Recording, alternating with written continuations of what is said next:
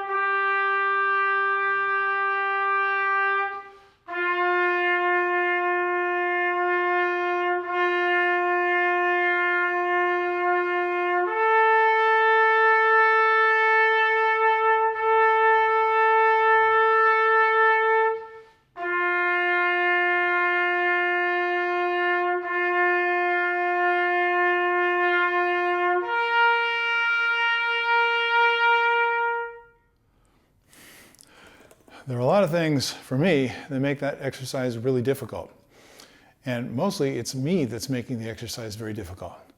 If I'm being not so particular about the sound and the pitch and the feel and everything else that goes into it, then I can just have fun and play the notes. So the first thing I'm going to mention is when you look at the music and think of exercises as music. Is there music here? Yeah, there is. We might not recognize it. So I'm going to point something out. I'm going to play the notes quickly, and then I think you'll hear the harmonic progression.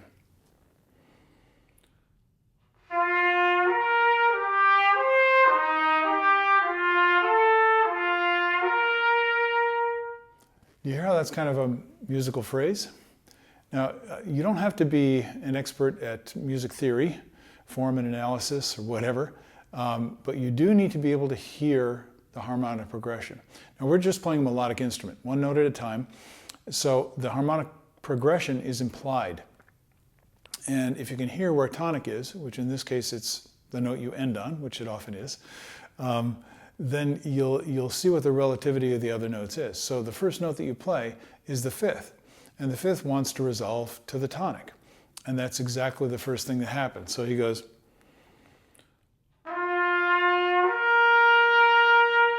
so that's kind of like home base. And then he starts moving around.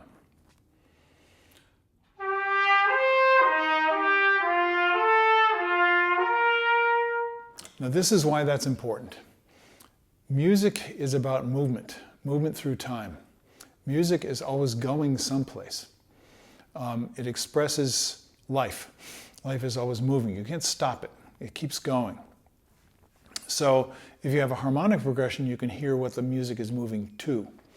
And the danger of these kinds of exercises, long tones in other words, is that we end up holding the note rather than sustaining the note and leading through the note. So that's one of the main things that you want to practice when you're doing this. Now this is both physical and musical. I talked a little bit about the musical aspect of it. The physical aspect of it is with a wind instrument like the trumpet, you're sustaining sound all the time.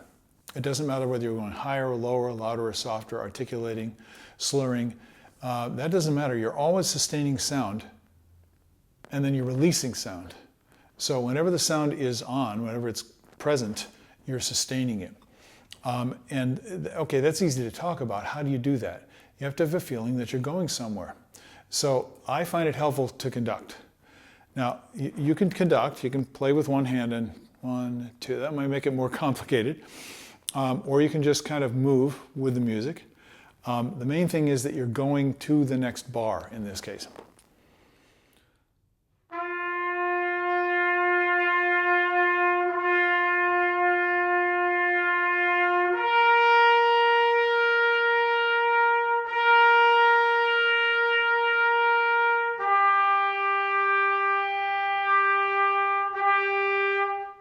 And it's, to be honest, it's a little bit like meditation.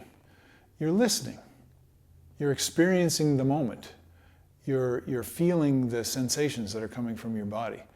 And so if you get bored, and that's one of the big problems with playing long tones, if you get bored, you're not practicing correctly.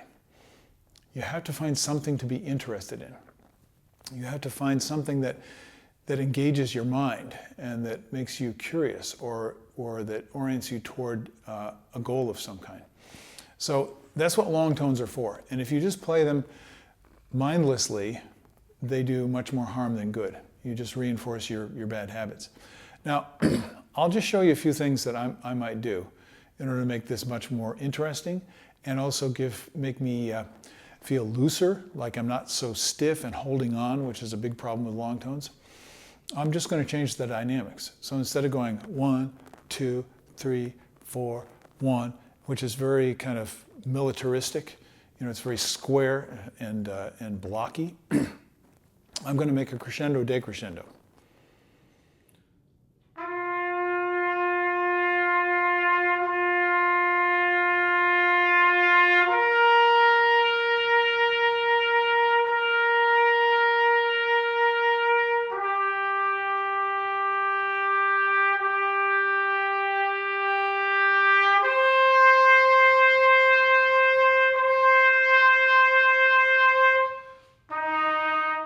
So I hope you could hear, I started at a certain level of intensity and then I led to a higher level of intensity. Da, da, dee.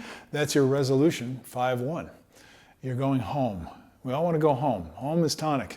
Da, dee. At least in traditional music. I know people have other ideas out there. That's cool. Experiment. That really helps me a lot. Now, that's a musical thing. But it helps your body so much because it's very, very natural. So here's another thing you can do. And of course, there are endless lists. I strongly encourage you to make your own lists. You can use this as a great exercise to practice some of the fundamental skills on trumpet playing. And again, this is almost endless possibilities.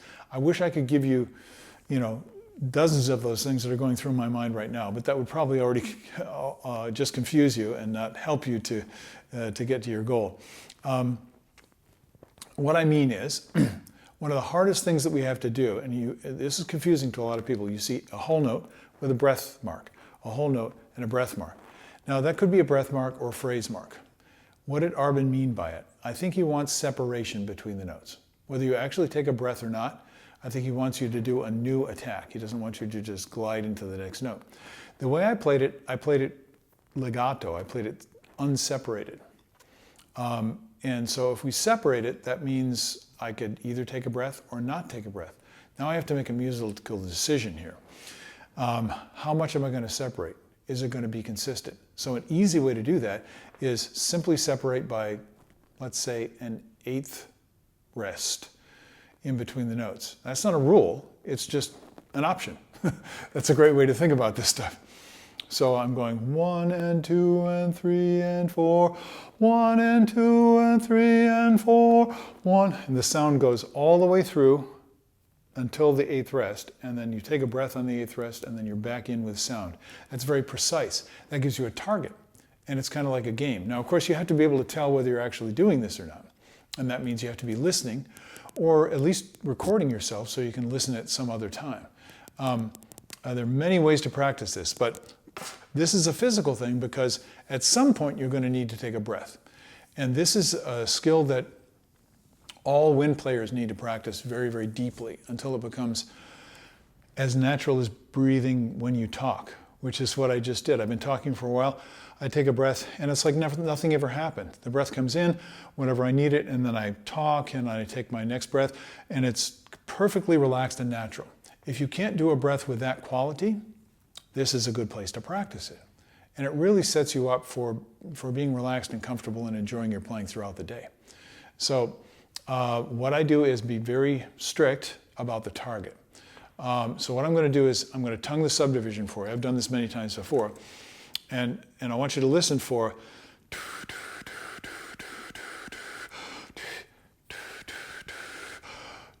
So I'm doing an exact eighth note. I'm releasing it right on the eighth rest, and I'm starting right on the beat of the next note. So if you can't be precise with that, that's something to practice. Now, if that makes you tight, then be nice to yourself. Say, oh, I'm gonna take a whole quarter note to breathe. And that way you can, if it helps you to be more physically relaxed, not trying too hard, that's good. Now you're going in the right direction. But it's the idea of getting comfortable with doing it as if you were speaking or singing. So I'll tongue the subdivision for you now.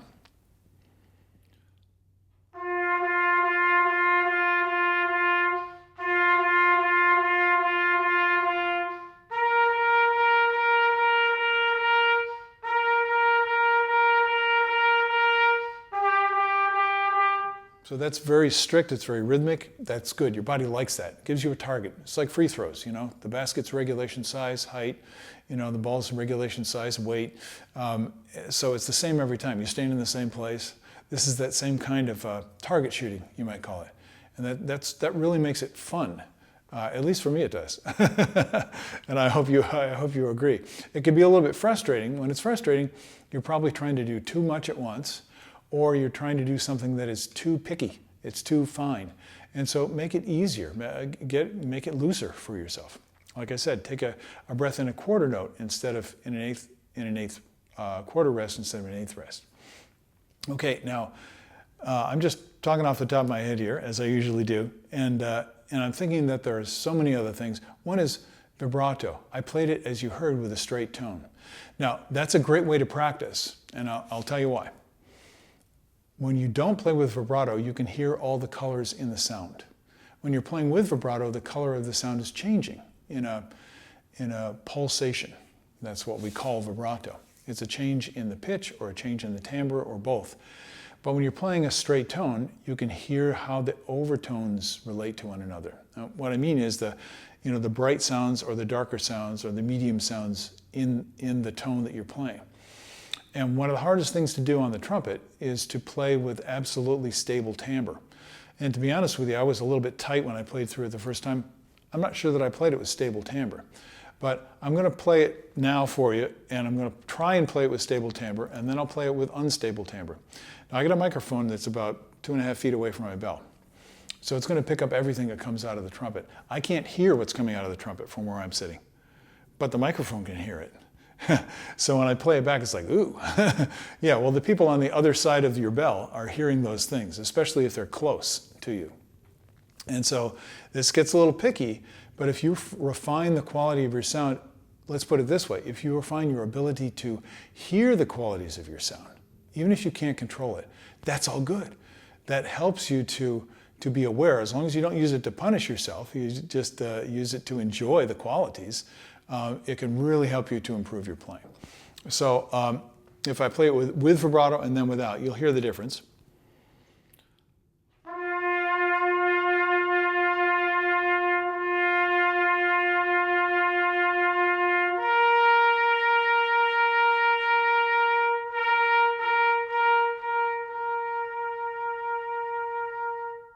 That's a fun thing to play around with. Think of it as a musical ingredient. Now, you may or may not like the sound of it. You may or may not like the feeling of it.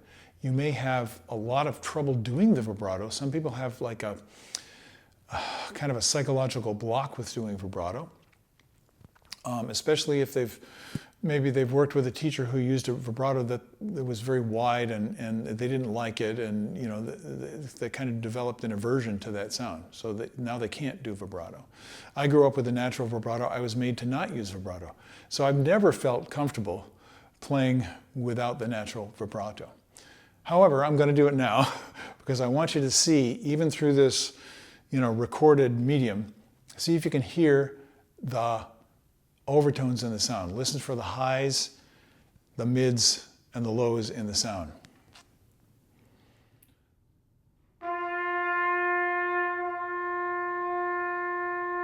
That sound is a little muffled.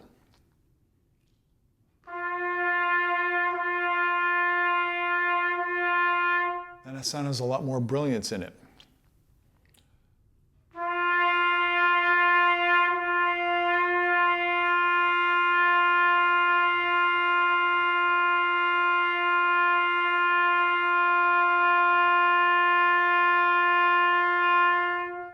So it's a great exercise, something you can start out with during the day. If it doesn't make you tight, if it doesn't bother you physically or psychologically, you can do this. If it bothers you, get loose, do something else.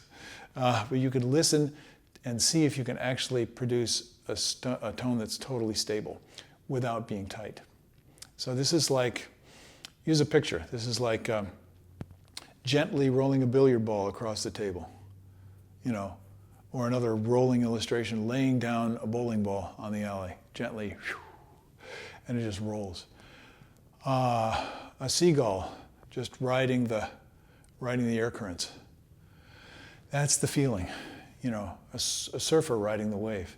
That's the feeling. So there's a sense of movement and balance. And if you're holding on, you never can achieve the balance. So this is, you know, that's what long tones are for. We often ignore them because we get bored, as I said. So make it interesting. Use some variations. I'm just going to play for a little bit, and I hope this helps you. I'm going to practice it, and I think you'll see some of the, you'll get some ideas from what I'm doing here.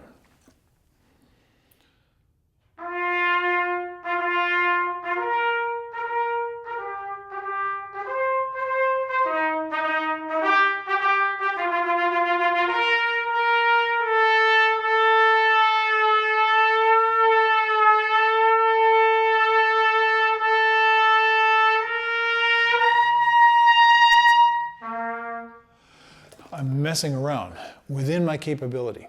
I'm not stressing myself. I'm just saying, what can I do? I could do this, I could do that. So it's a wonderful sense of playfulness, and that's the most important thing that you need to bring into your practice. If you're frowning a lot, if you're cursing and throwing things across the room, as I used to do, then you're not in the right frame of mind to practice effectively. Now, I'm not saying there's no discipline. There's tremendous discipline, but it's still fun. If you look at great coaches, great athletes, great sports teams, this is the primary ingredient that helps them to win. So if you want to win, you'll take my advice and see where the enjoyment is, see where the pleasure is in what you're doing. Okay, I think that's enough for today. I'm going to keep plugging through this book. The first, I don't know, 9 or 10 are all supposed to be done at that slow tempo, and the only variations are, well, they get a little bit longer. So if you go ahead to number 8, for example, now you're playing 8 lines of music instead of 1 line of music. So endurance is another factor that you can be practicing. Can I maintain that sense of fluid balance, that sense of just, you know, carving the turn, so to speak? Can I maintain that as I'm playing through a longer passage? Okay, I'll see you next time around. I hope some of this stuff is helpful to you and that you enjoy your practice. Go do it. I'll see you later. Bye-bye.